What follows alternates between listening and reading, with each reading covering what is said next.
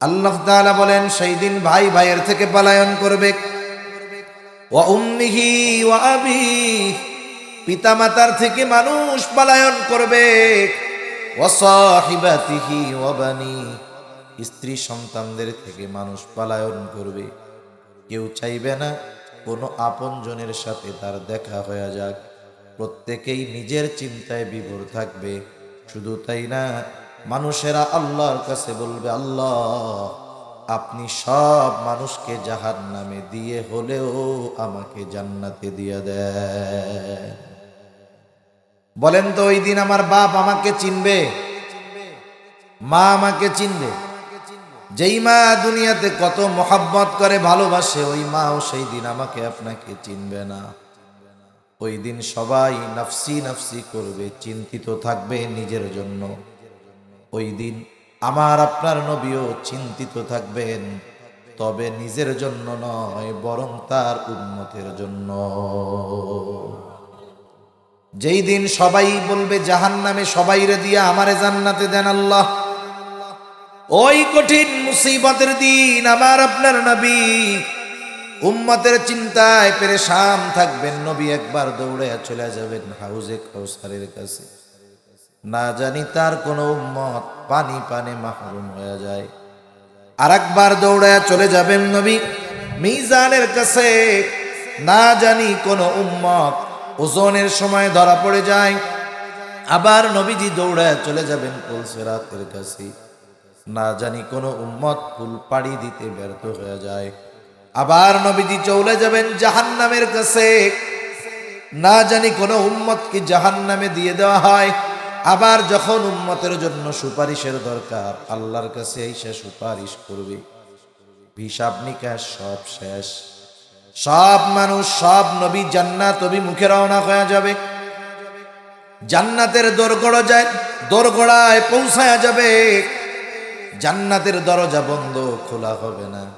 জিজ্ঞাসা করা হবে দরজা খুলো না কেন? জান্নাতের দরজা পাহাড় আর দারেরা বলবে, যিনি আসলে দরজা খোলা হবে তিনি আসেন নাই। তিনি কোথায়? বলে তিনি এখনো হাসরের ময়দানে। কি করে? বলে উম্মতের জন্য পেরেশান। সব নবী জান্নাতের দোরগোড়ায় পৌঁছায় গেছে, আমার আপনার নবী ততক্ষণ পর্যন্ত জান্নাত অভিমুখে রওনা হবেন না, যতক্ষণ না তার ওই উম্মত যার যাররা পরিমাণ ঈমান ছিল তার ব্যাপারেও যতক্ষণ না আল্লাহ তাআলার নিকট থেকে জান্নাতের নিশ্চয়তা পাবেন, ততক্ষণ আমার আপনার নবী জান্নাতে যাবে না। আলহামদুলিল্লাহিল্লাযী হাদানা লিল ইসলাম الذي نزل القرآن هدى للناس وبينات من الهدى والفرقان وخلق الإنسان وكرمه وعلمه من البيان ما لم يعلم فسبحان الذي لا يحصى امتنانه باللسان ولا بالقلم ونشهد أن لا إله إلا الله وحده لا شريك له ونشهد أن سيدنا وسندنا وحبيبنا وطبيبنا وأولانا ومولانا محمد صلى الله تعالى عليه وعلى آله وأصحابه وبارك وسلم تسليما كثيرا كثيرا. أما بعد فأعوذ بالله من الشيطان الرجيم. بسم الله الرحمن الرحيم.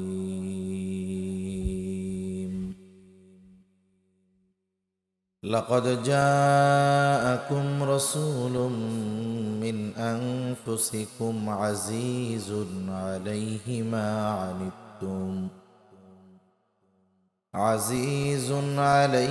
ما عنتم حريص عليكم بالمؤمنين رؤوف رحيم.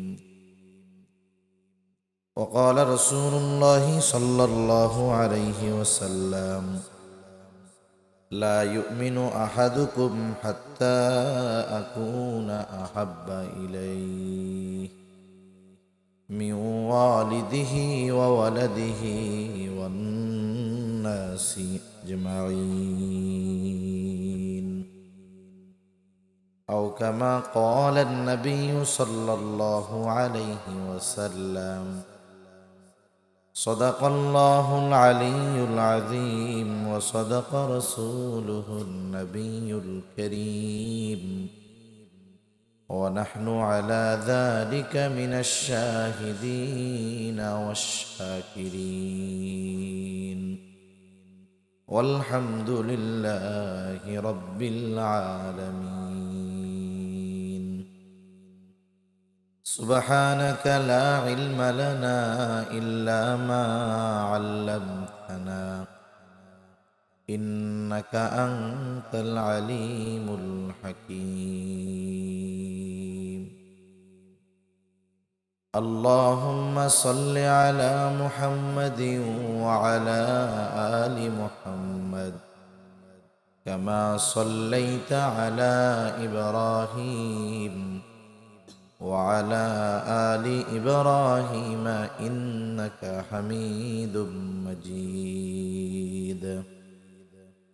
اللهم بارك على محمد وعلى آل محمد كما باركت على إبراهيم وعلى آل إبراهيم إنك حميد مجيد.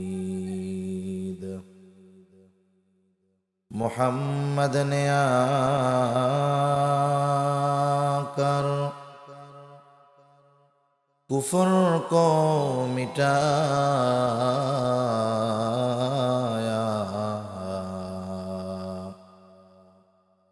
कुफर को मिटाकर सदाकत को बताया। बलगल उला बिकमालिही कशफत दुजा बिजमालिही हसनत जमीअ खिसालिही सल्लु अलैहि व आलिहि। আল্লাহর মহব্বতে সকলে জবান খুলে জিকির করি লা ইলাহা ইল্লাল্লাহ।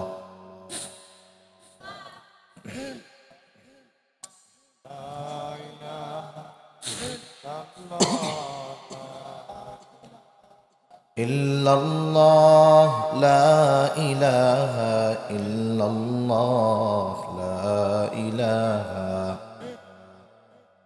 এটা কোন থানার মধ্যে পড়ছে? ইল্লাল্লাহ লা ইলাহা ইল্লাল্লাহ লা ইলাহা ইল্লাল্লাহ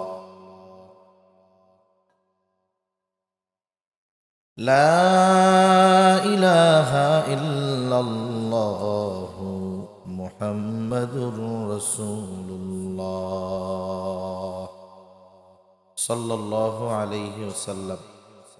আলহামদুলিল্লাহ, ঐতিহ্যবাহী সিলেট জেলার অন্তর্গত বিশ্বনাথ থানাধীন মির্জারগাঁও জামে মসজিদের উদ্যোগে হযরতুল আল্লাম ওকিল আলী বড় হুজুর রহমাতুল্লাহি আলাইহি ও গ্রামের সকল মুর্দেগানের ইসালে সওয়াব উপলক্ষে 29তম বার্ষিক তাফসীরুল কোরআন মাহফিল। আজকের এই তাফসীরুল কোরআন মাহফিলের সম্মানিত শ্রদ্ধেয় সভাপতি মণ্ডলী, আমন্ত্রিত উলামায়ে কেরাম, সামনে উপস্থিত মুরব্বিয়ানে কেরাম, সমবয়সী যুবক বন্ধু, স্নেহের ছোট ভাই এবং পর্দার অন্তরালে অবস্থানরত সম্মানিতা শ্রদ্ধা মা ও বোন, দয়াময় আল্লাহ রব্বুল আলামিনের দরবারে অগণিত শুকর যে মহান মালিক আমাদের হায়াতে বরকত দিয়ে সুস্থ রেখে দীর্ঘ সময় পর্যন্ত বিজ্ঞ উলামায়ে কেরামের জবান থেকে বহুত গুরুত্বপূর্ণ কথা শ্রবণ করবার, আমাকেও আপনাদের খেদমতে কিছু কথা বলবার সুযোগ যে মহান মানিব দান করেছেন, সে মহান মানিবকে খুশি করার জন্য মোহাব্বতের সাথে জবান খুলে অন্তর থেকে আমরা একবার কালিমাতুশ শুকর পাঠ করি, আলহামদুলিল্লাহ।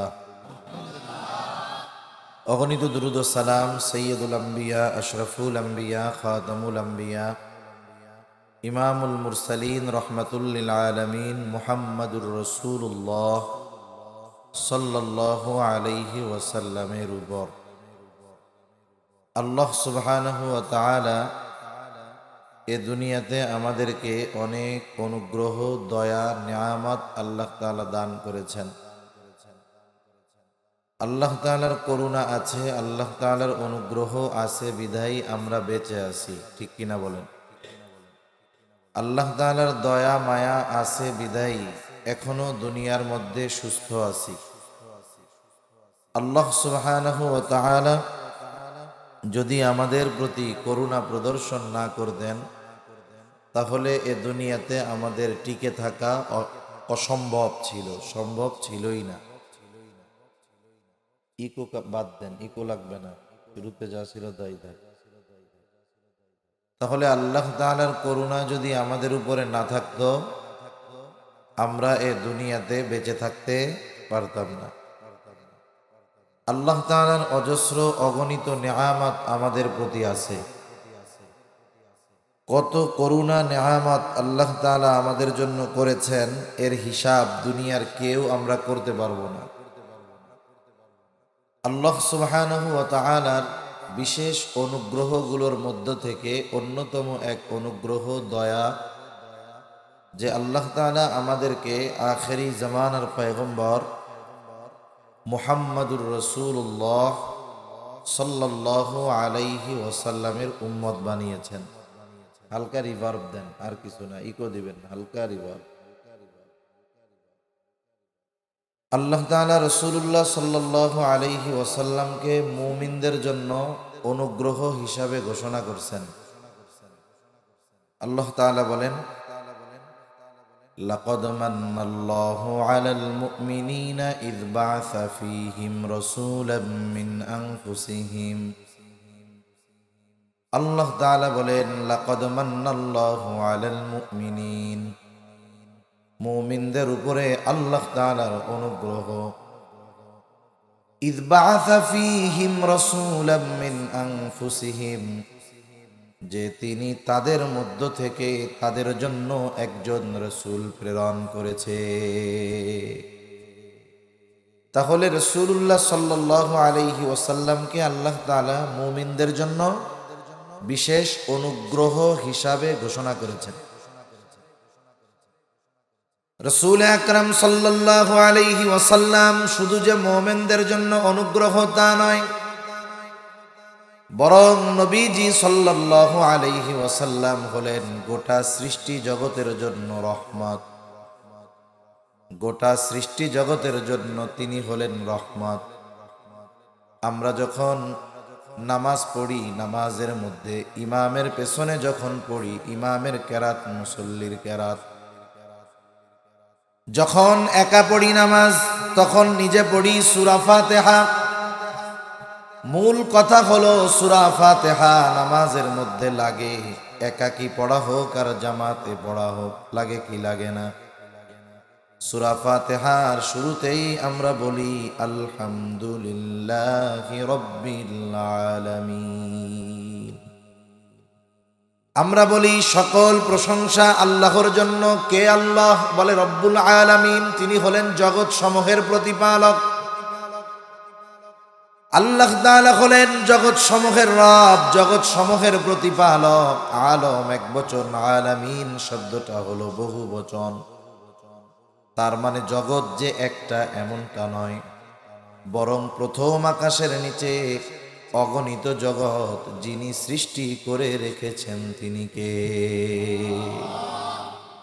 বিজ্ঞান যখন কয়েকটা আবিষ্কার করে আমরা অবাক হয়ে যাই, ওরে বাবা বিজ্ঞান কি করে ফেলতেছে।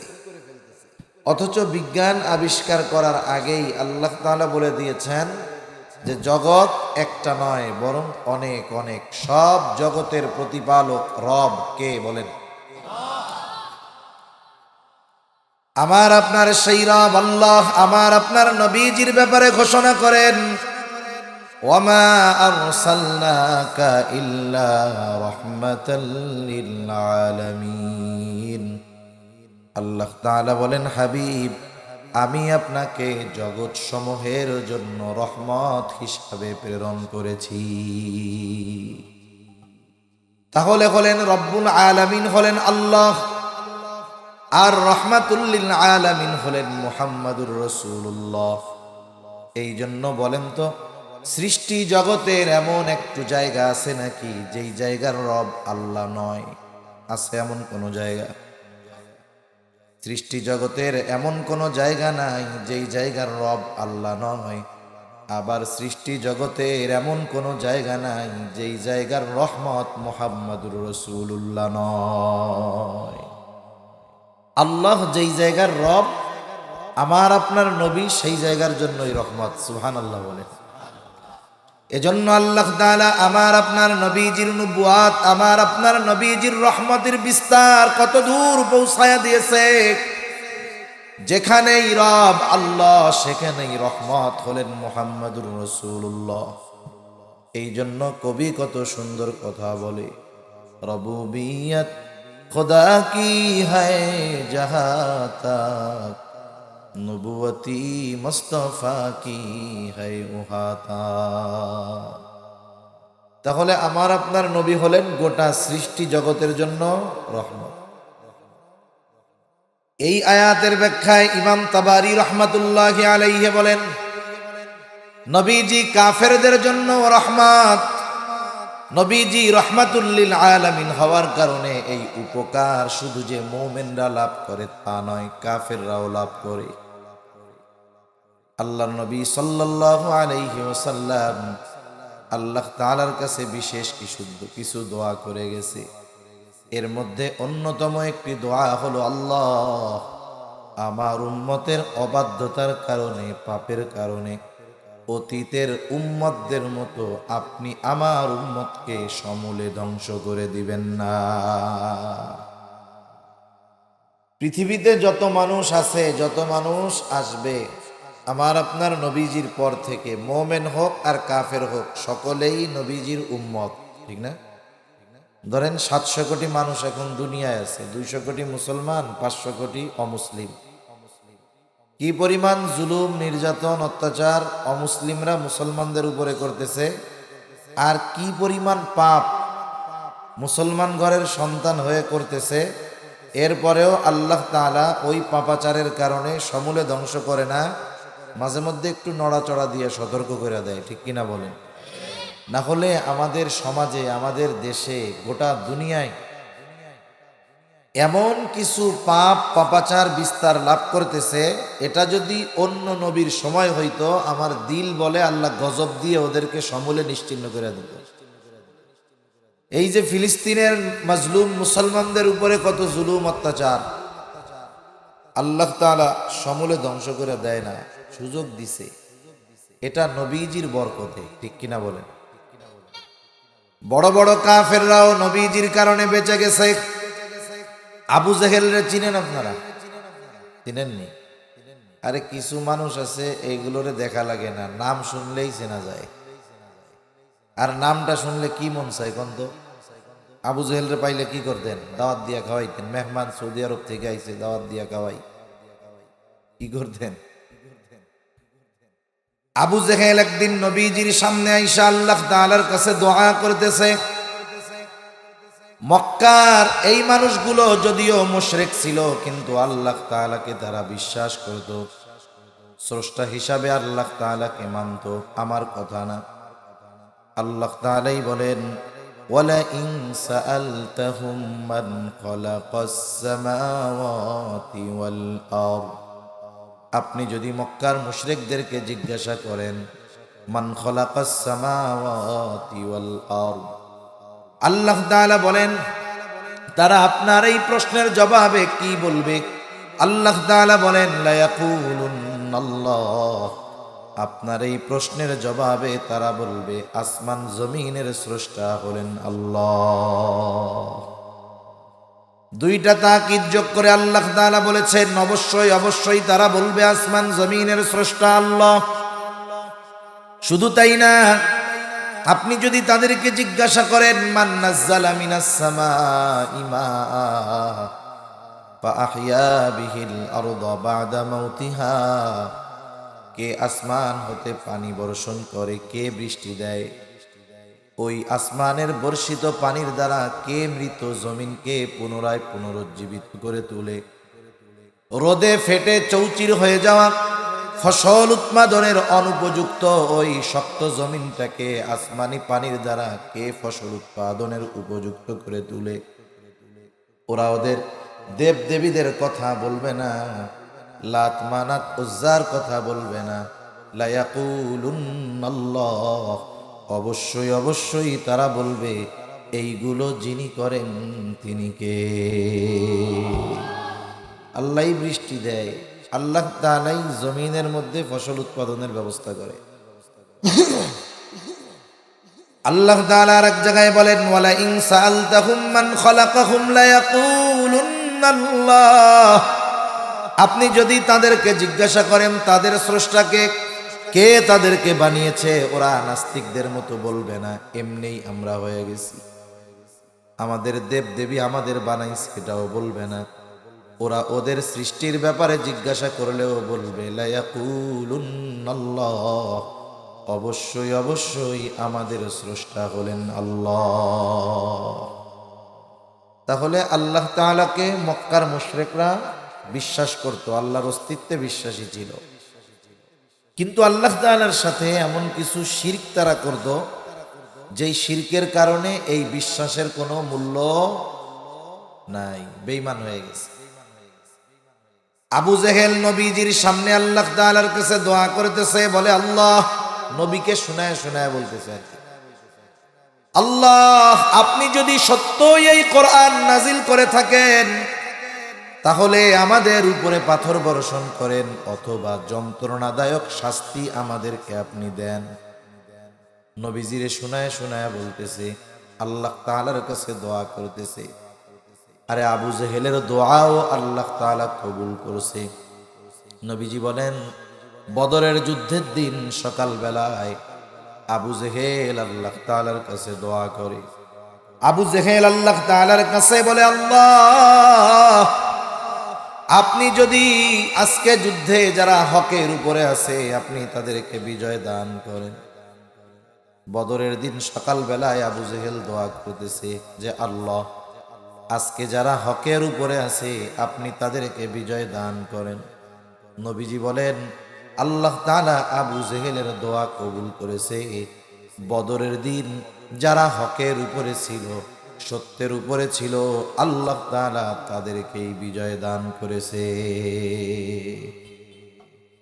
এই আবু জেহেল দোয়া করে কি বলে যে আল্লাহ নবীকে শোনায় শোনায় যে আপনি যদি সত্যই কোরআন নাজিল করে থাকেন তাহলে আমাদের উপরে পাথর বর্ষণ করেন, নাইলে যন্ত্রণাদায়ক শাস্তি দেন। এখন বলেন পাথর যদি বর্ষিত হয় এটা রহমত হবে না গজব হবে? মানুষ অনেক সময় অন্যকে টিটকারি করতে গিয়া, ছোট করতে গিয়া, লজ্জা দিতে গিয়া এরকম অনেক সময় বলে না, বলে এরকম যে অমুকে এই হইছে, হায় রে এই খবর শোনার আগে আমি মরলাম না কে। এরকম আপনাদের এলাকায় বলা লোক আছে তো, হিংসায় বলে। আবু জেহেল কেন নবীরে শোনায় বলতেছে? ও কেমন যেন বলতে চায়, আবু জেহেল বলতে চায় কেমন যেন, আল্লাহ আমি হইলাম এই কুরাইশদের 1 নাম্বার লিডার নেতা, আমার চেহারা যোগ্যতা এত সুন্দর, টাকা পয়সার অভাব নাই, আপনি কোরআন নাজিল করার জন্য আর কাউরে পান নাই, মুহাম্মাদের উপরে নাজিল করছেন, আমার উপরে করলেন না, আপনি কেন এই কাম করলেন? এটা কি মাইনা নেওয়ার মতো নাকি?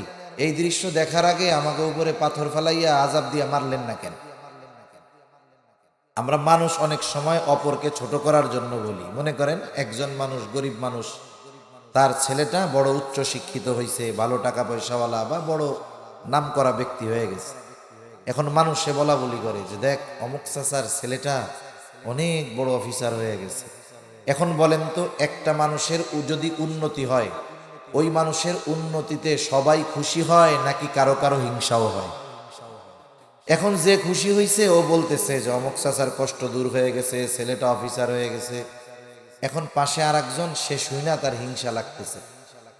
এখন কি কয় আইসে, ওরে অমুকের বুলা এই হইছে, এই খবর শোনার আগে আমি মরলাম না কেন? কয় না এটা? কোন তো ওই সময় যদি আজরাইল আইসা বলে তোমার তো মরতে মন চায়, তাহলে চলো, কি বলবে? বলবে আসলে না, সত্যি সত্যি মরতে মন চায় নাই, এলো এমনি কইছে। তা মানুষ অনেক সময় হিংসায় বলে এই খবর শোনার আগে আমি মরলাম না কেন, এই বিষয় দেখার আগে আমি মরলাম না কেন, এরকম বলে না? বলে আসলে মরতে চায় না, সে আসলে অপরকে হিংসা করে এই কথাগুলো বলে। আবু জেহেল নবীকে শোনায় শোনায় বলতেছে, আল্লাহ আপনি লোক আর বান নাই, এই ইয়াতিম মানুষ যার টাকা পয়সা নাই, এর উপরে কোরআন নাজিল করছেন, আমি ছিলাম না? আবু জেহেলের এই কথার জবাব দিচ্ছেন আল্লাহ। কে দিচ্ছেন? জোরে বলেন। আল্লাহ রাব্বুল আলামিন আবু জেহেলের এই দুআর পরে ওহী প্রেরণ করলেন নবীজির কাছে। কেমন যেন আল্লাহ তাআলা বলতেছে, ও আবু জেহেল, আমি তোকে ঠিকই পাথর বর্ষণ করতাম, তোর উপরে যন্ত্রণাদায়ক আযাব ঠিকই দিতাম, কিন্তু কেন দেই না শোনো। আল্লাহ তাআলা আমার আপনার নবীর জবান দিয়ে বের করতেছেন ওহী। আল্লাহ তাআলা বলেন, ওয়ামা কানাল্লাহু লিয়ুআযযিবাহুম ওয়া আনতা ফীহিম। কেমন যেন আল্লাহ তাআলা বলেন, হাবিব, আপনার সম্মানার্থে আপনি যতক্ষণ তাদের মধ্যে আছেন, শুধুমাত্র আপনার সম্মানার্থে আমি তাদের উপরে আযাব দেই না, কারণ আপনি হলেন রাহমাতুল লিল আলামিন। রাহমাতুল লিল আলামিন দুনিয়ার জমিনে থাকবে আর আমি আল্লাহ গজব দিব, এটা হতে পারে না। এই জন্য মক্কার কাফেররাও এই রকম ধৃষ্টতা প্রদর্শন করার পরেও শুধুমাত্র নবীজির কারণে বেঁচে গেছে। তাহলে নবীজি কাফেরদের জন্য রহমত ছিলেন, কিন্তু মুমিনদের জন্য নবীর ভালোবাসা ছিল স্পেশাল ভালোবাসা। নবী তার উম্মতের প্রতি সর্বোচ্চ দরদি ছিলেন। নবী আমাদের প্রতি সর্বোচ্চ মায়া মমতা মোহাব্বতের নিদর্শন রেখে গেছে। এই জন্য নবীজি যখনই সুযোগ পাইতেন আল্লাহ তাআলার কাছে উম্মতের ব্যাপারে বলতেন। কেমন ভালোবাসতেন নবী আমাদের, বলবো আপনাদের? ঘুম আসতেছে নাকি? তাকবীর দেন, নারায়ে তাকবীর। সজাগ আছেন তো? নবী আমাদের কেমন ভালোবাসতেন হাদিস থেকে শোনাই আপনাদের। আব্দুল্লাহ ইবনে আমর ইবনুল আস রাদিয়াল্লাহু তাআলা আনহু থেকে বর্ণিত, তিনি বলেন, পান থেকে তিলাওয়াত করলেন। কি তিলাওয়াত করলেন? যা আল্লাহ তাআলা ইব্রাহিম আলাইহিস সালামের ব্যাপারে নাজিল করেছে। ইব্রাহিম আলাইহিস সালামের ব্যাপারে আল্লাহ কি নাজিল করছে? ইব্রাহিম আলাইহিস সালাম তার গুনাহগার উম্মতের জন্য আল্লাহর কাছে ক্ষমা চেয়ে দোয়া করছে, কারণ প্রত্যেকটা নবী তার উম্মতকে ভালোবাসে, এ ব্যাপারে কোনো সন্দেহ নাই। ইব্রাহিম আলাইহিস সালামও তার সব উম্মতকে ভালোবাসতেন, সে নেককার হোক আর বদকার হোক। বরং কিছু কিছু সময় তো এমন হয় যে ভালো যে তার চাইতে চিন্তা আরো বেশি হয়। একটা উদাহরণ দিলে বুঝতে সহজ হবে। মনে করেন এক লোকের 5টা ছেলে। কয়টা ছেলে? একটু জোরে বলেন, কয়টা? 5টা ছেলে। 4টা ছেলে খুব ভালো, বড় 4জন একবারে খুব ভালো, নামাজি, মুত্তাকি, পরহেজগার। কিন্তু ছোট ছেলে যেটা, সেটা বড় দুষ্টু, বড় মন্দ, মারামারি করে, মানুষের সাথে খারাপ আচরণ করে। ওই 4 ছেলে একসাথে যত ভালো, ছোটটা ওইগুলার চাইতে সব ভালো যদি একদিকে দেওয়া হয়, ওর খারাপই আরো বেশি হবে। মা বাবা চিন্তায় থাকে, সকালে উঠাই কে না জানি বিচার নিয়ে আসে যে তোমার ফুলা এই কাম করছে। এখন বলেন তো, মা বাবা সব সময় ওই ভালো চায় সন্তানের জন্য চিন্তা করে বেশি, না খারাপটার জন্য চিন্তা করে বেশি? আল্লাহর কাছে যখন দোয়া করে বলেন তো এই চারজনের জন্য বেশি দোয়া করে নাকি খারাপটার জন্য বেশি দোয়া করে? খারাপ সন্তান হওয়ার পরেও মা বাবা তার জন্য চিন্তা করে বেশি, দোয়া করে বেশি। সন্তান যতই খারাপ হোক মা বাবা মহব্বতের কারণে দূরে ঠেলে দেয় না। বলেন তো মা বাবা আমাকে আপনাকে যত ভালোবাসে তার চাইতে আমার আপনার নবী বেশি ভালোবাসে নাকি কম ভালোবাসে? নবীজি কত ভালোবাসে এইটা তো মাপার মতো সুযোগ নাই আমাদের, কিন্তু এটা বাস্তব যে নবীজি মা বাবার চাইতেও বেশি ভালোবাসে। আচ্ছা আসলে আমাদের ভালোবাসে কে? এক লোক মনে করেন আপনাকে শুধু বলে দোস্ত তোমারে আমি খুব ভালোবাসি, বলে তোমারে আমি খুব ভালোবাসি। এখন ওই ভালোবাসার দোস্তরে নিয়ে আপনি গেছেন সিলেটে। এখন আপনার সাথে একজনের একটু মনে করেন সমস্যা হয়েছে, গ্যাঞ্জাম ট্যাঞ্জাম হয়েছে, কথা কাটাকাটি হয়েছে। আপনি যখন একটু মুসিবতে পড়ছেন, ওই যে আপনারে খুব ভালোবাসে বইলা খালি গল্প মারে, সে আপনার পিছের থেকে সইরা আসতে সিএনজি একটা নিয়ে বাড়ি চলে আসছে। ওইখানের বিপদ আপদ দূর হয়েছে, আপনি আবার বাড়ি আসতেন। এখন যেই আসছেন, ওই যে আপনি বিপদে পড়লে যে পালায়া চলে আসছিল, আইসাই কয় দোস্ত তোমারে আমি খুব ভালোবাসি। এখন আপনি ওরে কি করবেন বন্ধু? চা খাওয়াইবেন? আপনি বলেন আরে চিটিং বেড়া শর্ত, তুই যদি আমার সত্যই ভালোবাসতি ওই বিপদে সবাই চইলা গেলেও তুই আমার সাথে থাকতি, ঠিক কিনা বলেন? তাহলে আসলে বন্ধু হলো সে যে প্রকৃত বিপদের সময় সাথে থাকে। আসলে আমাকে আপনাকে সেই ভালোবাসে যে আমার আপনার সবচাইতে বড় মুসিবতে আমার আপনার সাথে থাকবে। দুনিয়ার মুসিবত কোনো মুসিবত নয়, সবচাইতে বড় মুসিবতে মানুষ পড়বে হাসরের ময়দানে। হাসরের ময়দান সবচাইতে বড় মুসিবতের জায়গা। ওই দিন আমার আপনার প্রিয়জন, আপনজন, বন্ধু বান্ধব, মা বাবা, সন্তান কি করবে? আল্লাহ তাআলা কোরআনুল কারীমের মধ্যে বলেন ইয়াউমা ইয়াফিরুল মারউ মিন আখিহি ওয়া উম্মিহি ওয়া আবিহি ওয়া সাহিবাতিহি ওয়া বানিহি লিকুল্লি ইমরিইম মিনহুম ইয়াউমাইযিন শা'নুন ইউগনি। আল্লাহ তাআলা বলেন সেই দিন ভাই ভাইয়ের থেকে পলায়ন করবে। ওয়া উম্মিহি ওয়া আবিহি, পিতামাতার থেকে মানুষ পলায়ন করবে। ওয়া সাহিবাতিহি ওয়া বানিহি, স্ত্রী সন্তানদের থেকে মানুষ পলায়ন করবে। কেউ চাইবে না কোনো আপনজনের সাথে তার দেখা হয়ে যাক, প্রত্যেকেই নিজের চিন্তায় বিভোর থাকবে। শুধু তাই না, মানুষেরা আল্লাহর কাছে বলবে আল্লাহ আপনি সব মানুষকে জাহান্নামে দিয়ে হলেও আমাকে জান্নাতে দিয়ে দেন। বলেন তো ওই দিন আমার বাপ আমাকে চিনবে? মা আমাকে চিনবে? যেই মা দুনিয়াতে কত মহব্বত করে ভালোবাসে, ওই মাও সেই দিন আমাকে আপনাকে চিনবে না। ওই দিন সবাই নফসি নফসি করবে, চিন্তিত থাকবে নিজের জন্য। ওই দিন আমার আপনার নবীও চিন্তিত থাকবেন, তবে নিজের জন্য নয় বরং তার উম্মতের জন্য। যেই দিন সবাই বলবে জাহান্নামে সবাইরে দিয়া আমারে জান্নাতে দেন আল্লাহ, ওই কঠিন মুসিবতের দিন আমার আপনার নবী উম্মতের চিন্তায় পেরেশান থাকবেন। নবী একবার দৌড়ে চলে যাবেন হাউজে কাউসারের কাছে, না জানি তার কোন উম্মত পানি পানে মাহরুম হয়ে যায়। আর একবার দৌড়ে চলে যাবেন নবী মিজানের কাছে, না জানি কোন উম্মত ওজনের সময় ধরা পড়ে যায়। আবার নবীজি দৌড়ে চলে যাবেন পুলসিরাতের কাছে, না জানি কোন উম্মত পুল পাড়ি দিতে ব্যর্থ হয়ে যায়।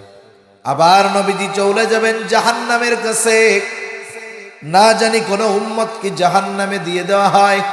আবার যখন উম্মতের জন্য সুপারিশের দরকার, আল্লাহর কাছে এসে সুপারিশ করবে, হিসাব নিকাশ সব শেষ, সব মানুষ সব নবী জান্নাত অভিমুখে রওনা হয়ে যাবে। জান্নাতের দোরগোড়ায় পৌঁছায়া যাবে। জান্নাতের দরজা বন্ধ, খোলা হবে না। জিজ্ঞাসা করা হবে দরজা খুলো না কেন? জান্নাতের দরজার পাহারার দ্বারেরা বলবে, যিনি আসলে দরজা খোলা হবে তিনি আসেন নাই। তিনি কোথায়? বলে তিনি এখনো হাসরের ময়দানে। কি করে? বলে উম্মতের জন্য পেরেশান। সব নবী জান্নাতের দোরগোড়ায় পৌঁছায় গেছে, আমার আপনার নবী ততক্ষণ পর্যন্ত জান্নাত অভিমুখে রওনা হবেন না যতক্ষণ না তার ওই উম্মত যার যাররা পরিমাণ ঈমান ছিল তার ব্যাপারেও যতক্ষণ না আল্লাহ তাআলার নিকট থেকে জান্নাতের নিশ্চয়তা পাবেন ততক্ষণ আমার আপনার নবী জান্নাতে যাবে না। ওই দিন আমার মা বাবা চিনবে না, ওই বিপদে নবী আমাকে আপনাকে ভুলবে না। এই জন্য নবী আমাকে আপনাকে সবচাইতে বেশি ভালোবাসে, কোনো সন্দেহ নাই। প্রত্যেকটা নবী তার উম্মতের ব্যাপারে চিন্তিত। উম্মত যদি গুনাহগার হয় চিন্তাটা আরো বেশি হয়। ইব্রাহিম আলাইহিস সালাম গুনাহগার উম্মতের জন্য দোয়া করে কি কয়? বলে রব্বি ইন্নাহুন্না আযলালনা কাসীরাম মিনান নাস ফামান তাবিআনি ফাইন্নাহু মিন্নি ওয়ামান আসানি ফাইন্নাকা গফুরুর রহিম। ইব্রাহিম আলাইহিস সালাম বলে, ও আমার রব, এই মূর্তিগুলা, এই প্রতিমাগুলো অধিকাংশ মানুষকে পথচ্যুত করে ফেলছে, পথভ্রষ্ট করে ফেলছে। ফামান তাবিআনি ফাইন্নাহু মিন্নি, তবে যারা আমার আনুগত্য করেছে তারা তো আমার দলভুক্ত। কেমন যেন পয়গম্বর ইব্রাহিম আলাইহিস সালাম বলে, রব, যারা আমার আনুগত্য করে নাই তারাও তো আমার উম্মত। কেমন যেন ইব্রাহিম আলাইহিস সালাম বলে, ও আমার রব, আপনি যদি চান আমার এই গুনাহগার উম্মত গুলাকেও আপনি মাফ করে দিতে পারেন। কেন পারেন? ওমান আসানি ফাইন্নাকা গফুরুর রহিম। কেমন যেন ইব্রাহিম আলাইহিস সালাম বলে, আল্লাহ, আপনি আপনার গফুর রহিম নামের ওসিলায় আমার এই গুনাহগার উম্মত গুলাকেও মাফ করে দেন। وقال عيسى عليه السلام إن تعذبهم فإنهم عبادك وإن تغفر لهم فإنك أنت العزيز الحكيم। ঈসা আলাইহিস সালাম তার গুনাহগার উম্মতের জন্য দোয়া করে বলে, আল্লাহ, ইন তুআযিবহুম ফাইন্নাহুম ইবাদুক, আপনি যদি তাদেরকে শাস্তি দেন তারা তো আপনারই বান্দা। ওয়া ইন তাগফির লাহুম, আর যদি আপনি তাদেরকে মাফ করে দেন, এই গুনাহগার আমার উম্মত আপনার বান্দা। আপনি তো আজিজ, আপনি তো হাকিম, আপনি মহাপ্রজ্ঞাময়, আপনি মহাপরাক্রমশালী।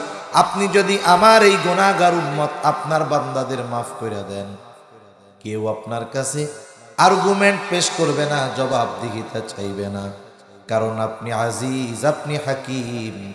ঈসা আলাইহিস সালামও কেমন যেন বলে, আল্লাহ, আপনি আমার এই গুনাহগার উম্মত গুলাকে মাফ করে দেন।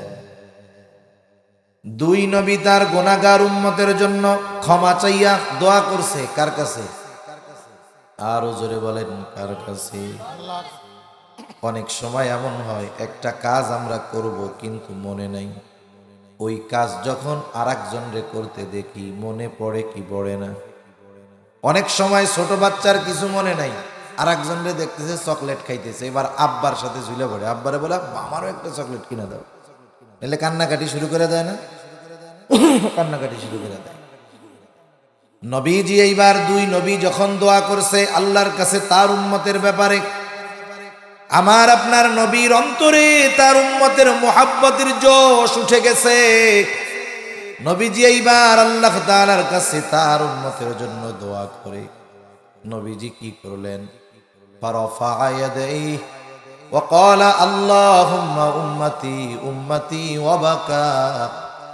নবীজি দুই হাত উপরের দিকে উঁচু করে কান্না করে আর বলে, আল্লাহ, আমার উম্মত, আমার উম্মত। চোখ দিয়ে অঝর ধারায় ধারায় পানি পড়তেছে আর বলে আমার উম্মত আমার উম্মত। নবীজি আর কিছু বলেন না, হাত উঁচু করে কান্না করেন আর এইটা বলেন। যদিও এর বেশি কিছু বলেন না, কিন্তু নবী কি বলতে চায় দুনিয়ার কেউ না বুঝলেও না জানলেও যিনি বোঝেন যিনি জানেন তিনি কে? আল্লাহ রাব্বুল আলামিন জিবরাইল আলাইহিস সালামকে পাঠায় দিল, যাও জিবরাইল মুহাম্মাদের কান্নার কারণ জিজ্ঞাসা করো। জিবরাইল আলাইহিস সালাম হাজির, এসে বলে ইয়া রাসূলুল্লাহ, আপনার কান্নার কারণ কি? যদিও আল্লাহ তাআলা জানেন এরপরেও তিনি জানতে চান। আল্লাহ তাআলা জানেন এরপরেও তিনি জানতে চান। আমি অনেক সময় উদাহরণ দিয়ে বলি, বলেন তো বৃহস্পতিবার বিকাল বেলায় যেইখানে মাদ্রাসা আছে, মাদ্রাসায় আবাসিক ছাত্ররা থাকে, ছোট ছোট বাচ্চা, বৃহস্পতিবার আসরের পরে হুজুরের সামনে গিয়া কান্না করে। বলেন তো মাদ্রাসার ছাত্র যদি বৃহস্পতিবার বিকাল বেলায় হুজুরের সামনে গিয়া কান্না করে, কেন কান্না করে বলেন তো? হুজুর বুঝে কি বুঝে না? আপনারা কি বুঝেন? বন্ধ টুটি যায়। আপনারা যেহেতু বুঝেন, হুজুরের তো আর বুঝতে বাকি নাই নাকি? এইবার ছোট বাচ্চা গিয়া কান্না করে, কিছু বলে না। হুজুর জিজ্ঞাসা করে, কিরে কান্না করো কেন? বাচ্চার কান্নার গতি আরো বাইরে যায়। হুজুর বলে, কান্না করলে লাভ নাই, কি জন্য কান্দো বলো, তাইলে কাজ হবে। এইবার ছোট বাচ্চা কান্না জড়িত কণ্ঠে বলে, হুজুর আমি একটু বাড়ি যাব, আমার মাকে দেখতে মন চায়। হুজুর কিন্তু জানে বাড়ি যাইতে যায়, কিন্তু ছাত্রর মুখ দিয়ে কেন শুনতে চায়? এটা ওস্তাদের ছাত্রের প্রতি একটা মহব্বতের বহির প্রকাশ। আল্লাহ তাআলা জানেন নবীজি কি বলতে চায়, এরপরেও নবীজির জবান দিয়ে কেন শুনতে চায়? এটা হলো আল্লাহ তাআলার আমার আপনার নবীজির উপরে মহব্বতের বহির প্রকাশ। নবীও জানে যে আমি যা বলতে চাই আল্লাহ জানে, আমি যা বলবো আল্লাহ তাআলা শুনবে। এরপরেও জিবরাইল আলাইহিস সালাম যখন আসছে, নবীজি মন ভরে উম্মতের ব্যাপারে বলছে। জিবরাইল আলাইহিস সালাম আল্লাহ তাআলার কাছে গিয়ে জানায়া দিছে, ওনার কান্নার কারণ হলো ওনার গুনাহগার উম্মতের ক্ষমা। আল্লাহ তাআলা জিবরাইল আলাইহিস সালামকে বললেন, জিবরাইল যাও আমার হাবিবকে গিয়া জানায়া দাও, আমি অচিরেই তাকে তার উম্মতের ব্যাপারে সন্তুষ্ট করব, আমি তার উম্মতের ব্যাপারে তাকে অসন্তুষ্ট করব না। নবীজি আল্লাহর কাছে বলার সুযোগ পাইয়া নিজের জন্য বলেন নাই, নিজের পরিবার পরিজনের জন্য বলেন নাই, আত্মীয় স্বজনের জন্য নবী বলেন নাই, উম্মতের ব্যাপারে আল্লাহর কাছে বলছে। কেমন ভালোবাসেন নবী! কিয়ামত পর্যন্ত যত উম্মত দুনিয়ায় আসবে সকলকে ভালোবাসার নিদর্শন নবী রেখে গেছেন। নবীজি একদিন সাহাবায়ে কেরাম নবীজির সাথে পথ চলতেছে, হঠাৎ করে নবীজি বলেন, আমার ভাইদেরকে দেখতে মন চায়। সাহাবায়ে কেরাম জিজ্ঞাসা করলো, ইয়া রাসূলুল্লাহ আমরা কি আপনার ভাই নই? নবীজি বলেন, না, তোমরা হইলা আমার সাথী সাহাবী, তাহলে আপনার ভাই কারা? নবী বলেন, আমার পরে আমাকে না দেখে যারা আমার উপরে ঈমান আনবে তারা হলো আমার ভাই। নবীজি আমাদের সকলের উপরে মহব্বতের নিদর্শন রেখে গেছে। উম্মতের প্রতি নবীজির দরদ কেমন, মায়া কেমন, মহব্বত কেমন, ভালোবাসা কেমন। অবাধ্য উম্মতের দ্বারা নবী যদি কখনো আক্রান্ত হয়েছেন, কখনো বদদোয়া দেন নাই। নবীজি কখনো বদদোয়া দেন নাই, বরং তাদের হেদায়েতের আশায় আল্লাহর কাছে দোয়া করছে। যখন মক্কার মানুষ নবীজির কথা মানে না, নবীজি চলে গেলেন তায়েফে, যেখানে নবীজির শৈশবকালীন কিছু সময় অতিবাহিত হয়েছে। নবীজি চলে গেলেন, হযরত যায়েদ রাদিয়াল্লাহু তাআলা আনহুকে সাথে নিয়া তায়েফে গিয়া মানুষের মধ্যে দাওয়াত দিলেন, বলো লা ইলাহা ইল্লাল্লাহ তুফলিহু, তোমরা সফল হয়ে যাইবা। ওইখানেও কাফেররা একদল দুষ্টু মানুষকে নবীজির পিছনে লেলায়া দিল। মানুষেরা নবীজির দিকে পাথর নিক্ষেপ করতে থাকলো। পাথর ছোট ছিল না, বড় বড় পাথর ছিল, আর ধারালো ধারালো পাথর ছিল, যার কারণে ওই পাথরের আঘাতে নবীজির দেহ মোবারক শুধু রক্তাক্ত হয়েছে তা নয়, দেহ মোবারকের মধ্যে পাথরের আঘাতের দাগ হয়ে গেছে। আয়েশা সিদ্দিকা রাদিয়াল্লাহু তাআলা আনহা একদিন নবীজিকে জিজ্ঞাসা করে, ইয়া রাসূলুল্লাহ, আপনার পিঠে এগুলো কিসের দাগ? আপনার কি কখনো বসন্ত হয়েছিল নাকি? নবীজি বলেন, না আয়েশা, আমার কখনো বসন্ত হয় নাই। তাহলে দাগগুলো কিসের? নবীজি বলেন, আয়েশা, আমি যখন দ্বীনের দাওয়াত দেওয়ার জন্য তায়েফে গিয়েছিলাম, তায়েফের মানুষ বুঝতে পারে নাই, তারা আমাকে পাথর নিক্ষেপ করেছিল আয়েশা। এই দাগগুলো হলো তাদের নিক্ষিপ্ত পাথরের আঘাতের দাগ। এত পরিমাণ পাথর তারা নবীজির গায়ে মেরেছে। নবীজির গা বেয়ে বেয়ে রক্ত পড়ে জামা ভিজে গেছে। নবীজি পড়ে যাইতেন, আবার উঠে দাঁড়াইতেন। হযরত যায়েদ রাদিয়াল্লাহু তাআলা আনহু একা সবার থেকে নবীজিকে ঠেকায় পারেন না। এত পরিমাণ রক্ত নবীজির গা দিয়ে পড়ছে, জামা ভিজে গেছে, রক্ত বেয়ে বেয়ে জুতার মধ্যে ঢুকে গেছে। ওই রক্ত শুকায়া জুতা পায়ের সাথে আটকে গেছে। সারাদিন গা দিয়ে রক্ত প্রবাহিত হয়েছে। পড়ন্ত বিকালে নবী এক পাশে এক আঙ্গুর বাগানের পাশে গিয়ে বিশ্রাম নেন।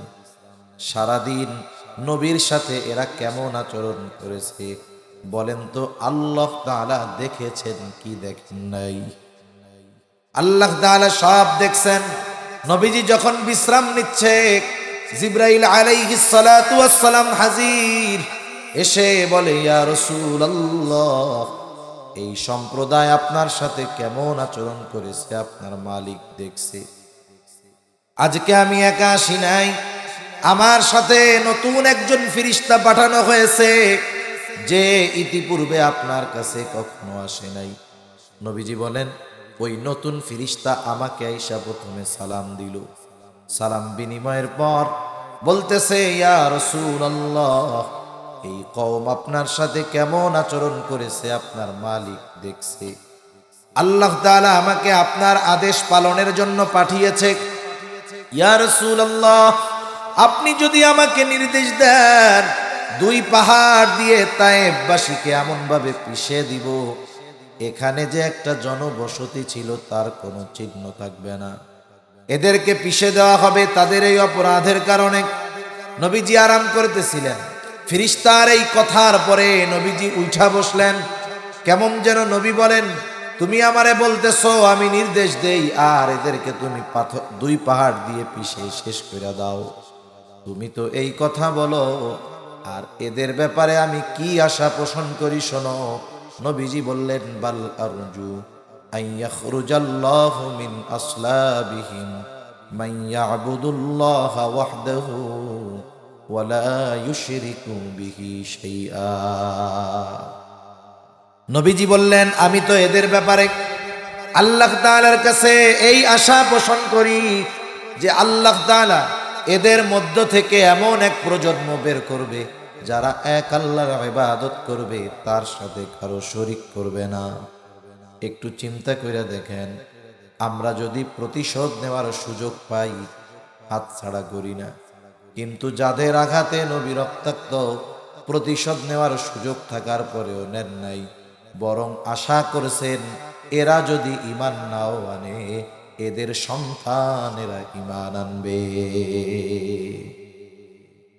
তাহলে অনাগত উম্মতের প্রতি নবীজির দরদ, মায়া, মোহাব্বত, ভালোবাসা কত, এটা দুনিয়ার মানুষ কল্পনাও করতে পারে না। তাহলে বুঝে থাকলে আমার একটু জবাব দেন, আমার মা বাপ আমাকে বেশি ভালোবাসে নাকি নবী বেশি ভালোবাসে? আর একটু জোরে বলেন না। বলেন তো, যেই নবী নিঃস্বার্থ তার উম্মতকে এত ভালোবাসে, সেই নবীকে আমাদের ভালোবাসার দরকার আছে না? না, নবীরে ভালোবাসতে কারা কারা তো রাধুজা করি। নারায়ে তাকবীর। নারায়ে তাকবীর, মাশাআল্লাহ। হাত নামাই। আমরা নবীকে ভালোবাসতে চাই, কারণ নবীকে যে ভালো না বাসে সে ইমানদারি নয়। নবীর ভালোবাসা এটা ঈমানের সাথে সম্পৃক্ত বিষয়। এই জন্য নবীজি বলেন, লা ইউমিনু আহাদুকুম হাত্তা আকুনা আহাব্বা ইলাইহি মিন ওয়ালিদিহি ওয়া ওয়ালাদিহি ওয়ান নাসি আজমাইন। নবীজি বলেন, তোমাদের মধ্যে কেউ ততক্ষণ পর্যন্ত মুমিন হতে পারবে না যতক্ষণ না সে তার পিতা মাতা সন্তান সন্ততি এক কথায় সকলের চাইতে আমি নবীকে বেশি ভালো না বাসবে। তাহলে নবীকে সবচাইতে বেশি ভালোবাসতে হবে, নিজের জীবনের চাইতে কম না বেশি।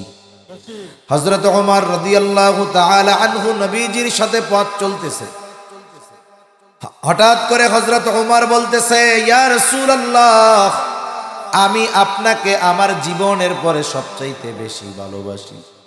নবীজি বললেন, না ওমর, হয় নাই। হযরত ওমর বুঝতে পারলো, চুপ হয়ে গেলেন। একটু পরে বলতেছে, ইয়া রাসূলুল্লাহ, এই মুহূর্ত থেকে আমি ওমর আপনাকে আমার জীবনের চাইতেও বেশি ভালোবাসি। সেজন্য নবীকে ভালোবাসার দরকার। কিন্তু কেমনে নবীরে ভালোবাসবো? আমরা তো নবীরে সামনে পাই নাই। আমরা যদি নবীকে সামনে পাইতাম, ভালোবাসতে পারতাম সর্বোচ্চ ভালোবাসা। আরে আবু বকর নবীকে সামনে পাইছে, নবীর মোহাব্বতে ঘরের সব সম্পদ আইনা নবীর সামনে হাজির করছে। হযরতে তালহা নবীজিকে পাইছে, নবীজির সামনে নিজের বুকটাকে কাফেরদের অস্ত্রের সামনে ঢাল বানায়া দিছে। আমরা তো নবীকে পাই নাই, নবীকে ভালোবাসতে তো মন চায়। এখন নবীকে কেমনে ভালোবাসবো? নবীও জানে আমি দুনিয়ায় হয়তো থাকবো না, কিন্তু আমার উম্মতেরা আমাকে ভালোবাসতে চাইবে। কেমনে ভালোবাসবে? উম্মতের কথা চিন্তা কইরা নবীজি তাকে ভালোবাসার পদ্ধতি কিয়ামত পর্যন্ত সব উম্মতকে জানায়া দিছে। তাহলে নবীকে ভালোবাসার পদ্ধতি নবীও জানায়া দিছেন। এই জন্য নবীকে যদি ভালোবাসতে হয়, নবীর বলা পদ্ধতিতেই ভালোবাসতে হবে, ঠিক কিনা বলেন? এখন নবীকে কেমনে ভালোবাসা হয়? নবীজি বলেন, মান আহাব্বা সুন্নতি ফাকাদ আহাব্বানি ওয়া মান আহাব্বানি কানা মাই ফিল জান্নাহ। নবী বলেন, আমাকে আমার সুন্নাতকে যে ভালোবাসলো সে আমি নবীকে ভালোবাসলো, আমি নবীকে যে ভালোবাসবে সে আমি নবীর সাথে জান্নাতে অবস্থান করবে। নবীকে ভালোবাসলে নবীর সাথে জান্নাতে থাকা যায়। এক গ্রাম্য সাহাবী নবীজির কাছে আসছে। কষ্ট হইতেছে না তো আপনাদের? এক গ্রাম্য সাহাবী নবীজির কাছে আসছে। নবীজি আরেকজনের সাথে কথা বলছে। আদব হইল, কেউ যদি কারোর সাথে কথা বলে ওই কথার মধ্যে কথা না বলা। নবীজি আরেকজনের সাথে কথা বলতেছে। গ্রামের মানুষ তো বুঝে না, সহজ সরল। আইসাই নবীজিরে জিজ্ঞাসা করতেছে, মাতাস সাআ ইয়া রাসূলুল্লাহ, মাতাস সাআ, হে আল্লাহর রাসূল, কিয়ামত কখন হবে? যখন ওই লোকের সাথে কথা শেষ, নবীজি এবার বলেন, ওই লোকটা কোথায় যে জিজ্ঞাসা করলো কিয়ামত কখন হবে? গ্রাম্য সহজ সরল মানুষটা বলে, আনা ইয়া রাসূলুল্লাহ, আমি বলছি। নবীজি পাল্টা তাকে প্রশ্ন করলেন, মা আ'দাত্তা লাহা, তুমি কিয়ামতের জন্য কি পাথেয় সংগ্রহ করছো? কারণ ওই লোকটার প্রশ্নের ভাব এমন ছিল, সে কেমন যেন নবীকে বলতেছে, ইয়া রাসূলুল্লাহ, আমি কিয়ামতের লাগা বসে আছি, কিয়ামত আসে না কেন? কিছু প্রশ্নের ভাব আছে না? একই বাক্য শুধুমাত্র বাচন ভঙ্গির পরিবর্তনের কারণে অর্থের পরিবর্তন হয়ে যায়। শুধুমাত্র উপস্থাপনের কারণে অর্থের ফারাক অনেক হয়ে যায়। ওই লোকটা বলতেছে কিয়ামত কখন হবে, তার বলার বাচন ভঙ্গি এমন, উত্তর দেওয়ার চাইতে পাল্টা তাকে প্রশ্ন করা জরুরি হয়ে গেছে। নবীজি তাকে উল্টা জিজ্ঞাসা করতেছে, মা আ'দাত্তা লাহা, কিয়ামতের জন্য তুমি কি পাথেয় সংগ্রহ করছো? গ্রামের সহজ সরল মানুষ, কোনো লুকোচুরি নাই, সোজা সাপটা বলতেছে, আমি আল্লাহ এবং তার রাসূলকে ভালোবাসি। নবীজিও তার এই কথার জবাবে বললেন, আলমারউ মা'a মান আহাব্বা, যে যাকে মোহাব্বত করে তার সাথে থাকবে। লোকটা এবার বাড়ির দিকে হাঁটা দিছে। হযরত আনাস রাদিয়াল্লাহু তাআলা আনহু বলেন, নবীজির মুখে যখন শুনলাম যে যাকে মোহাব্বত করে তার সাথে থাকবে, ইসলাম গ্রহণের পর এত খুশি আমরা কখনো হই নাই। নবীর মুখে এই কথা শোনার পর আমরা যত খুশি হয়েছি। হযরত আনাস রাদিয়াল্লাহু তাআলা আনহু বলেন, আমি আল্লাহকে ভালোবাসি, তার রাসূলকে ভালোবাসি। আবু বকর ওমর রাদিয়াল্লাহু তাআলা আনহুমা উভয়কে ভালোবাসি। যদিও তাদের মতো আমল করতে পারি নাই, তবুও তাদের ভালোবাসি। আশা করি জান্নাতে আমি নবীজির সাথে আর আবু বকরের সাথে থাকতে পারবো। সাহাবায়ে কেরাম নবীর সাথে থাকার খবর শুইনা ঈমান আনার পরে সবচাইতে বেশি খুশি হয়েছে। বলেন, নবীর সাথে থাকার সেই সুযোগ আমাদেরও আছে না নাই? আমরা খুশি না বেজার? খুশি। এজন্য নবী বলেন, যে আমার সুন্নাতকে মহব্বত করলো সে আমি নবীকে মহব্বত করলো। আমি নবীকে যে মহব্বত করবে সে আমি নবীর সাথে জান্নাতে থাকবে। নবীর সাথে যদি জান্নাতে থাকতে হয়, জান্নাতে যাওয়ার কাজ করার দরকার আছে না নাই? নবী আর এক হাদিসের মধ্যে বলেন, কুল্লু উম্মতি ইয়াদখুলুনাল জান্নাতা ইল্লা মান আবা। নবীজি বলেন, আমার সব উম্মত জান্নাতে প্রবেশ করবে, আবা উম্মত ছাড়া। জিজ্ঞাসা করা হলো, ইয়া রাসূলুল্লাহ, আবা উম্মত কারা? নবীজি বললেন, মান আতাআনি দাখালাল জান্নাতা ওয়া মান আসানি ফাকাদ আবা। যে আমার আনুগত্য করলো সে জান্নাতে প্রবেশ করবে, আর যে আমার আনুগত্য করে না, করলো না, সে আবা উম্মত, সে জাহান্নামে যাবে। তাহলে নবীজির সাথে জান্নাতে অবস্থান করতে চাই তো আমরা সবাই? এটা মন থেকে কইতেছি নাকি এমনে তালে তালে কইতেছি? বলেন, নবীজির সাথে জান্নাতে থাকার জন্য যা করার দরকার করার জন্য প্রস্তুত আছি? কি করতে হবে? দুই হাদিসের সমন্বয়। নবীর সুন্নতকে মহব্বত করে অনুসরণ করতে হবে, সুন্নতকে মহব্বত করতে হবে, নিজেও সুন্নতওয়ালা হইতে হবে। যদি এই দুইটা বিষয় নিজের মধ্যে চলে আসে, সুন্নতের উপরে মহব্বত আর সুন্নতের অনুসরণ, তাইলে নবীকে ভালোবাসা হবে, নবীর সাথে জান্নাতে থাকা যাবে। আরে নবীরে যারা অনুসরণ করে তাদের ভালোবাসে আল্লাহ, তাদেরকে ভালোবাসে। আমরা আল্লাহকে ভালোবাসতে চাই না? সবচাইতে বেশি ভালোবাসা হবে আল্লাহর জন্য। মোমেন আল্লাহর জন্য তার ভালোবাসা হলো সুদৃঢ় ভালোবাসা। আল্লাহ তাআলা বলেন, ওয়াল্লাযীনা আমানু আশাদ্দু। আল্লাহকে ভালোবাসতে চাই, বলেন তো আল্লাহ জানেন কি জানেন না? আরো জোরে বলেন, জানেন কি জানেন না? এই জন্য আল্লাহ বলে, ও আমার গোলাম, আমি আল্লাহরে ভালোবাসতে চাও, তোমার ভালোবাসা আমি পাবো কেমনে? শোনো, আল্লাহ তাআলা বলেন, হাবিব আপনি বলেন, ইন কুনতুম তুহিব্বুনাল্লাহ ফাত্তাবিউনি ইউহিব্বুকুমুল্লাহ। আল্লাহ তাআলা বলেন, হাবিব আপনি বলেন, ইন কুনতুম তুহিব্বুনাল্লাহ, তোমরা যদি আল্লাহকে ভালোবাসতে চাও। নবী কেমন যেন বলতেছে, ও আমার উম্মতেরা, তোমরা যদি আল্লাহকে ভালোবাসতে চাও কি করবা? শোনো, ফাত্তাবিউনি, আমার অনুসরণ করো, তাইলে কাকে ভালোবাসা হবে? আরো আসতে বলেন, কাকে? নবীকে অনুসরণ করলে কাকে ভালোবাসা হয়? আরো জোরে বলেন। এরপরে আল্লাহ তাআলা বলেন, হাবিব আর একটু সুসংবাদ শুইনা নেন, আপনার উম্মত আপনার অনুসরণ করবে। আপনি তো আমার হাবিব, আপনি তো রাহমাতুল লিল আলামিন। আপনার উম্মত যদি আপনার অনুসরণ করে, আমাকে ভালোবাসা নিয়ে তাদের চিন্তা করা লাগবে না। আপনার উম্মত যদি আপনার অনুসরণ করে, আপনি তাদেরকে জানায়া দেন, ইউহিব্বুকুমুল্লাহ, আমার অনুসরণ করার কারণে স্বয়ং আল্লাহ তোমাকে ভালোবাসবে। তাহলে নবীর অনুসরণ করলে আমাদের ভালোবাসে কে? আরে মিয়া, দুনিয়ার নেতার ভালোবাসা পাওয়ার জন্য কর্মী কত ত্যাগ স্বীকার করে। কোন সময় যদি নেতা ওই কর্মীর নামটা একবার মুখ দিয়া নেয়, ফেসবুকের মধ্যে পোস্ট লাগায় দেয়, আজকে আমার নেতা আমার নাম ধইরা ডাকছে, আমার দিলটা শান্তি হয়ে গেছে। আরে বেটা, দুনিয়ার নেতা তোরে ভালোবাসে, তুই এত খুশি হস, ওই নবীর অনুসরণ করলে আল্লাহ তোমাকে আমাকে ভালোবাসবে। বলেন, আল্লাহর ভালোবাসা আমাদের দরকার আছে না নাই? আল্লাহর ভালোবাসা পাইলে কত লাভ শুইনা নেন। হাদিসের মধ্যে আসছে, নবীজি বলেন, আল্লাহ তাআলা যখন দুনিয়ার কাউকে ভালোবাসে আর আল্লাহ ভালোবাসে তাদের, যারা তার হাবিবের অনুসরণ করে তাদের আল্লাহ ভালোবাসে।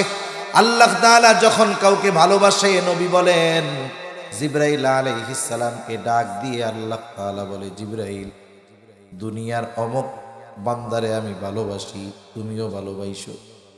এইবার জিবরাইলও ভালোবাসতে শুরু করে। সুবহানাল্লাহ কর। শুধু তাই না, জিবরাইল এসে আসমানের মধ্যে ঘোষণা করে দেয়, ও আসমানের বাসিন্দারা শোনো, দুনিয়ার আব্দুর রহিম, আব্দুল করিম, ওকে আল্লাহ ভালোবাসে, আমি জিবরাইল ভালোবাসি, তোমরাও ভালোবাসো। তাহলে নবীর সুন্নাতের অনুসরণ করলে সে আসমানের সেলিব্রিটি হয়ে যায়। দুনিয়ায় মানুষ নিজেরে ভাইরাল করার জন্য, মানুষ যেন আমারে চিনে, এই জন্য কত কিছু করে না, কত কিছু করে যে মানুষ আমাকে চিনে, কত ভালো লাগে। আরে দুনিয়ায় অনেক মানুষ আছে যারা দুনিয়ায় ভাইরাল না, আসমানে ভাইরাল, সব ফেরেশতারা তারে চিনে। যখন জিবরাইল আলাইহিস সালাম এসে বলে, তোমরা ওই আল্লাহর বান্দাকে ভালোবাসো, এইবার আসমানের ফেরেশতা তাকে ভালোবাসতে শুরু করে, তাকে চিনে, তাকে ভালোবাসতে শুরু করে। এই জন্য মোমেন বান্দা, ভালো বান্দা যখন মারা যায়, আল্লাহর মহব্বতের কোনো গোলাম যখন মারা যায়, ওর রূহটা নিয়ে যখন ফেরেশতা আসমানের দিকে উঠতে থাকে, প্রত্যেকটা আসমানের এক একটা দরজা আছে, ওই দরজায় গিয়ে যখন উপরে ওঠার অনুমতি চায়, দরজার পাহারাদার ফেরেশতারা বলে, এটা কার রূহ? বলে অমকের ছেলে অমক। সব ফেরেশতা ওরে চিনে। এইবার বলে, হ্যাঁ, লোকটা দুনিয়ায় ভালো ছিল, খুব ভালো মানুষ, এর জন্য আসমানের দরজা খোলার অনুমতি দেওয়া হয়েছে। আরে দুনিয়ার কেউ না চিনলেও আসমানের ফেরেশতারা আমারে আপনারে চিনবে, ঠিক কিনা বলেন? এরপরে নবীজি বলেন, যখন আসমানের বাসিন্দারা তাকে ভালোবাসতে শুরু করে, আল্লাহ তাআলা দুনিয়ার মানুষের অন্তরের মধ্যে ওই ব্যক্তির ভালোবাসা আর গ্রহণযোগ্যতা পয়দা করে দেয়। এইবার দুনিয়ার মানুষও তাকে মহব্বত করে, দুনিয়ার মানুষও তাকে ভালোবাসে। এই যে আপনাদের অঞ্চলের বুজুর্গ ওয়াকিল আলী বড় হুজুর রহমাতুল্লাহ আলাইহি, এই জায়গায় দুই একজন আছেন নাকি যে ভালোবাসেন না? আছেন যারা চিনেন? সবাই ভালোবাসেন না? আচ্ছা, ওনার ছেলে পেলে দুনিয়া আছে বাইচা? নাই না? আপনারা দেখেনও নাই মনে হয় অধিকাংশ মানুষ। হ্যাঁ, এরকম বুজুর্গ মানুষ নাম শুনছেন, কিন্তু ওনার নাম শুনলে অন্তরের মধ্যে ভালোবাসা আসে না রাগ আসে বলেন তো? অথচ আমরা দেখি নাই, আপনারাও দেখেন নাই। এখন লোক আল্লাহর বান্দা চলে গেছে দুনিয়া ছেড়ে, এরপরেও তার প্রতি ভালোবাসা আপনাদের আছে কেন? ওনার আত্মীয় স্বজন কেউ কি চা পান খাওয়াইয়া কইছিল যে আমার আত্মীয়টা একটু ভালোবাসো? এই ভালোবাসা চা পানের কারণে আসে নাই, এই ভালোবাসা, এই ব্যক্তির প্রতি ভালোবাসা আপনাদের অন্তরে, আমাদের অন্তরে যিনি ঢেলে দিয়েছেন তিনি কে? আর কেন এই ভালোবাসা মানুষের অন্তরে ঢেলে দিছে? কারণ উনি নবীর সুন্নতের অনুসরণকারী ছিলেন। সুবহানাল্লাহ। এজন্য রাসূলুল্লাহ সাল্লাল্লাহু আলাইহি ওয়াসাল্লামের অনুসরণের মাধ্যমেই আল্লাহর ভালোবাসা পাওয়া যায়, নবীকে ভালোবাসা হয়। এই জন্য নবীর সাথে যদি জান্নাতে থাকতে চাই, নবীর সুন্নতকে মহব্বতের সাথে অনুসরণ করতে হবে। সর্বশেষ দুই একটা কথা বলে আমি আমার আলোচনা শেষ করে দিব। দেখেন, আমরা যখন সুন্নাত পালনের কথা বলি মানুষকে, মানুষ বিভিন্ন বাহানা দিয়ে সুন্নাত থেকে বাঁচতে চায়। যেই সুন্নাত গুলার কথা উলামায়ে কেরাম বুজুর্গানে দ্বীন বলেন, এই সুন্নাত গুলার মধ্যে অন্যতম একটা সুন্নাত হইল দাড়ির সুন্নাত। দাড়ি হলো এমন এক সুন্নাত, সব সুন্নাত কিন্তু এমন নয় রাখলে সোয়াব আছে, না রাখলে গুনাহ নেই। কিছু সুন্নাত আছে দায়েমি সুন্নাত। এই দাড়ি রাখা এটা মূলত ওয়াজিব। নবীজির এই সুন্নতটা হলো ওয়াজিবি সুন্নাত। দাড়ি যদি এক মুষ্টির কম কারো যদি থাকে, নামাজ পড়ে গুনাহ হইতে থাকে, হজ করে দাড়ি ছাঁটার কাটার গুনাহ হতে থাকে। এই জন্য উলামায়ে কেরাম বেশিরভাগ ক্ষেত্রে দাড়ির সুন্নাতের কথা বলে। কারণ দাড়ি হলো এমন এক সুন্নাত যেটা অনেক সুন্নাত পালনে সহায়ক হয়। দাড়ি হলো এমন এক সুন্নাত, এই দাড়ি যার থাকে অনেক গুনাহ থেকে বেঁচে থাকা তার জন্য সহজ হয়। ঠিক কিনা বলেন? আমি আমারে দিয়েই উদাহরণ দেই। মনে করেন আমার মুখে দাড়ি, আর একজন আমার মতো মুখে দাড়ি নেই। দুইজনে পাশাপাশি দাঁড়ায় আছে। মনে করেন রাস্তা দিয়ে একটা মেয়ে হেঁটে যাচ্ছে, ও তাকায় আছে, আমিও তাকায় আছি। বলেন তো আপনি এসে কারে কবেন আগে, এই বেটা হুজুর মানুষ দাড়ি রেখে মায়ের দিক তাকায় আছে। আর যেটা দাড়ি নাই এরা কিন্তু কিছু বলবেন না। তার মানে দেখেন, দাড়ি যদি কারো থাকে, দাড়িওয়ালা মানুষ কোনো অপরাধ করুক এইটা সাধারণ মানুষও পছন্দ করে না। আর যার দাড়ি আছে সেও কমপক্ষে লজ্জায় চিন্তা করে দাড়ি রেখে কি গুনাহ করা যায় নাকি, এটা বলা যায়, এটা দেখা যায়, এগুলো করা যায়। এই দাড়ির কারণে অনেক গুনাহ থেকে বেঁচে থাকা আমাদের জন্য সহজ হয়ে যায়। এই জন্য আমরা তরুণ যুবক যারা আছে দাড়ি উঠতেছে, দাড়ি রাখে না, তাদের বলি যে দাড়ি রাখো। কিন্তু অনেকে বিভিন্ন বাহানা দেয়। একজন পড়ে হাই স্কুলে, কয় হুজুর এখন দাড়ি রাখলে, আমি মাত্র ক্লাস 10-এ পড়ি, আমারে তো সবাই ভাইয়া ভাইয়া বলে, দাড়ি রাখলে চাচা